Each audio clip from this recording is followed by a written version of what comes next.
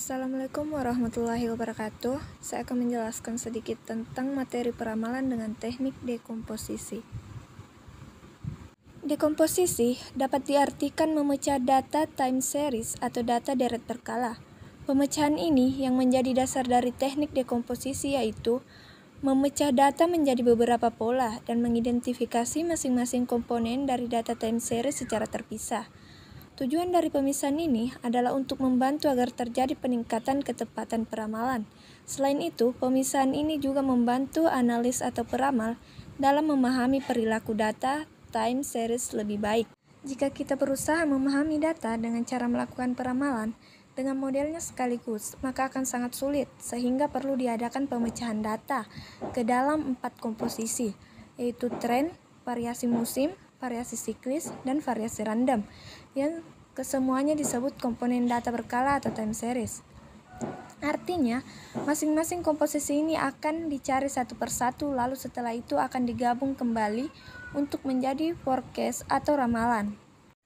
Adapun teknik dekomposisi ini dilandasi asumsi bahwa data berkala merupakan gabungan dari 4 komponen yang dapat ditulis dari persamaan berikut, yaitu YX sama dengan pola data tambah error, YX sama dengan tren siklus musim tambah error, YX sama dengan TX, CX, SX tambah 1X, di mana YX sama dengan data deret berkala periode X, TX sama dengan tren periode X, CX sama dengan fluktuasi siklis periode X, dan SX fluktuasi musim periode X, dan X sama dengan variasi residu atau error periode X. 1. Tren.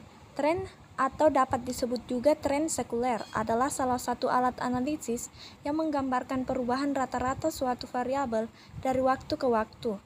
Perubahan ini berupa gerakan jangka panjang yang memiliki kecenderungan menuju pada satu arah tertentu, yaitu arah naik atau turun.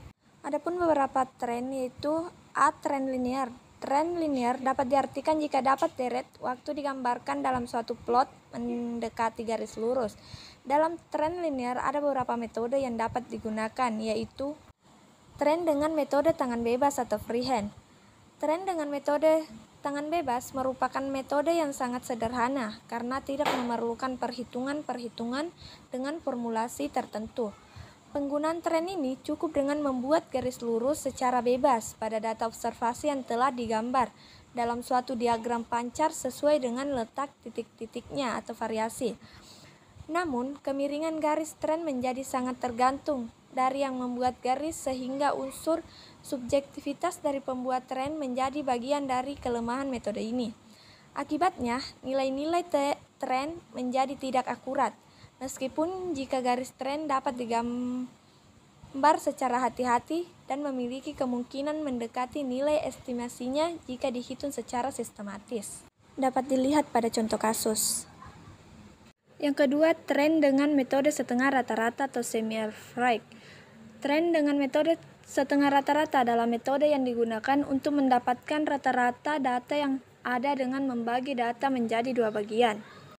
Adapun langkah-langkah yang dapat dilakukan untuk menggunakan metode setengah rata-rata sebagai berikut. 1. Membagi data yang ada dibagi menjadi dua kelompok dengan jumlah yang sama. 2. Menentukan tahun dasar yang ada pada tengah-tengah kelompok 1. Yang ketiga, pada masing-masing kelompok ditentukan nilai X, semi total dan semi frek. 4. Jumlah nilai X pada kelompok 1 harus 0. 5. Proyeksi atau forecast di tahun yang akan datang tergantung berapa besar nilai X.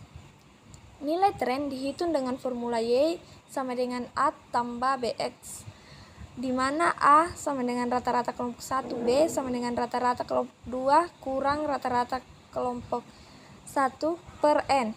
N sama dengan jumlah data masing-masing kelompok, X sama dengan nilai yang ditentukan berdasarkan tahun dasar. Ketiga, tren dengan metode kuadrat terkecil atau least square. Metode kuadrat terkecil menggunakan persamaan garis lurus. Garis yang paling sesuai untuk menggambarkan data berkala adalah garis yang jumlah kuadrat dari selisih antara data tersebut dan garis trennya terkecil atau minimum. Keempat, tren moment. Tren moment merupakan salah satu tren linear dengan menggunakan metode matematis. Penentuan tahun dasar dilakukan pada awal periode. Kelima, mengubah persamaan tren. Peramalan dengan menggunakan metode tren linear telah dijelaskan dan dicontohkan sebelumnya. Ada beberapa metode yang telah digunakan dalam tren linear, antara lain dengan metode tangan bebas, setengah rata-rata, kuadrat terkecil, dan momen. 6. Tren nonlinear. Tren nonlinear adalah tren dengan variabel dengan pangkat atau bukan pangkat 1. D. Variasi musim. Variasi musim merupakan salah satu komponen dalam metode dekomposisi. Pentingnya memahami variasi musim karena dalam satu periode waktu, misalnya 1 tahun, memiliki variasi yang berulang. Berikut penjabaran metode variasi musim, yaitu 1. Metode rata-rata total, yang kedua, metode rata-rata sederhana, yang ketiga, metode persentase terhadap tren, keempat, metode persentase terhadap rata-rata bergerak. C. Variasi siklis. Variasi siklis adalah pola perubahan suatu hal, fluktuasi, naik dan turun dengan periode yang stabil dalam jangka panjang. Variasi siklis dihitung dalam bentuk indeks. Dan ada pun langkah untuk menghitung variasi siklis dengan cara 1. Mengetahui data asli atau Y, 2. Menghitung nilai tren atau T, 3. Menghitung indeks musim atau X, 4. Menghitung nilai normal yaitu TC sama dengan Y per X, 5. Menghitung faktor siklus dengan mengeluarkan pengaruh tren yaitu CI sama dengan TCI per T, 6. Menghitung indeks siklus dengan melakukan metode rata-rata bergerak pada data CI. D. Variasi random.